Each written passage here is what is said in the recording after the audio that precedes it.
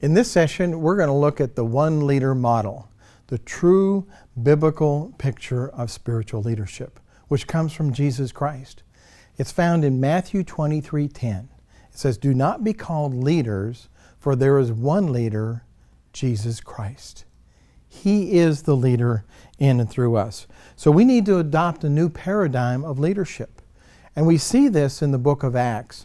Paul is leading and he's working with the people, but he himself says 8 times in the book of Acts, and here's 3 different verses that he says. In Acts 15:4, when they arrived at Jerusalem, they were received by the church and the apostles and the elders, and they reported all that God had done with them. Acts 19:11, God was performing extraordinary miracles by the hands of Paul. And Acts 21:19, and after he had greeted them, he began to relate one by one the things which God had done among the Gentiles through his ministry. So right there we see Paul's leadership came from the Lord.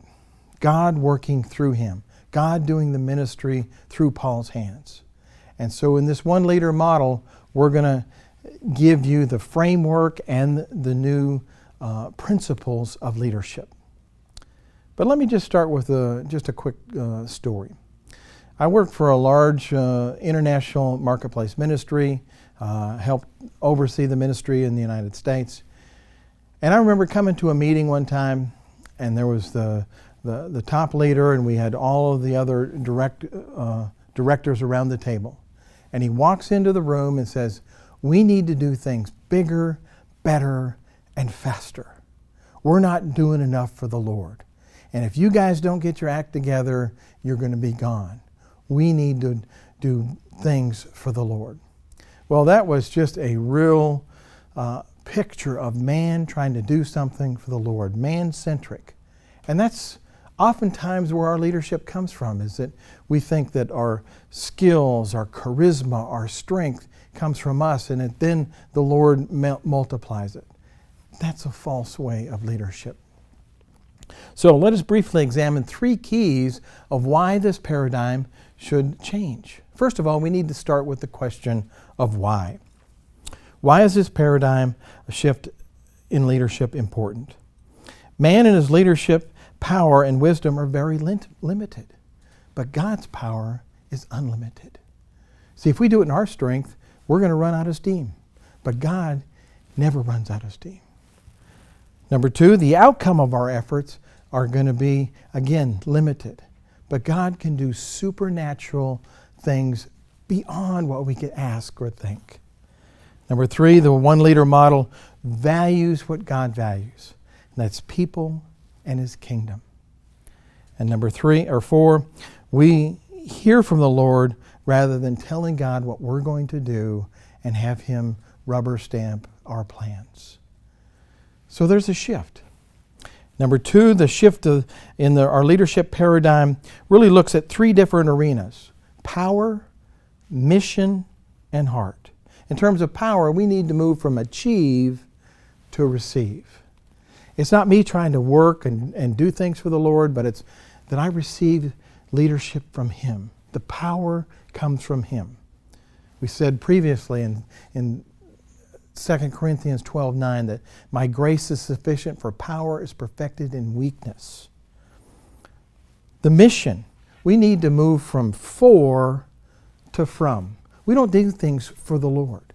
The Lord doesn't need my grand plans, my big dreams, and my grand effort. We do it from the Lord. That is the branch abiding in the vine. It's the vine producing the fruit. We work from him. And then finally, in the area of heart, we need to move from like to life. If we focus on trying to be like Jesus in our leadership, we'll reduce it to a list of performance-based acceptance rules. Do this, don't do that, work hard. But it's the life of Christ in us. Philippians 1:21 says, "For me to live is Christ, to die is gain." It's his life working in me. So we need to shift these paradigms in the area of power and mission and heart. And then finally, we need a new framework. And that's what the whole leadership, one leader model is about. There's 7 principles of leadership. And it really comes in 3 different arenas. There's the spiritual, there's the relational, and then there's the missional. Worldview, values, behavior. 3 concentric circles. It's know, be, and do. We don't change from the outside in, we change from the inside out. And so this model starts with the spiritual as the foundation. And there's 2 principles that we will look at. Number 1, there is one leader and you are not it. Number 2, leadership is released through brokenness and surrender. These form the spiritual foundation of leadership. Upon that foundation, there's 3 principles that are relational in nature. The 3rd principle, leadership is formed by following first. See, we follow Him as leaders. We develop an intimate relationship with Him. We grow deep with Him first. The 4th principle, leadership is modeled by serving as second. So we follow and then we serve. We serve other people out of character humility, out of relationships. Number 5, leadership is expanded by influencing to the 3rd and to the 4th generation. Influence comes from trust and excellence and skills. These are the 3 relational principles of the one leader model.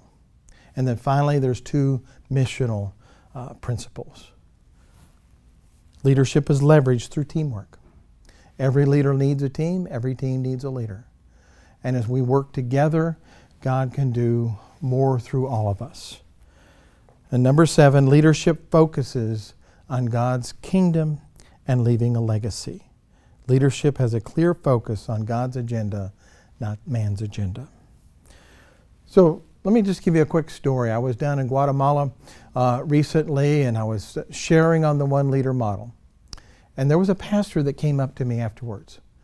Very successful pastor, both in the Hispanic world, but also here in the United States. He taught for one of the largest Christian leadership groups here in the United States. And he came to me almost in tears. He said, "Bruce, I've never heard this before. I've missed it. Will you help me? Will you mentor me? Will you guide me? I can't believe that I have tried to do leadership in my strength for all these years and did not understand that Christ is the one leader." To see Carlos today, he just beams. He was telling me just here recently how he's teaching this principle through his leadership in his church. And it's transforming his church. So, the one leader model, 7 key principles. We're going to go deeper into each one of those principles in the sessions ahead.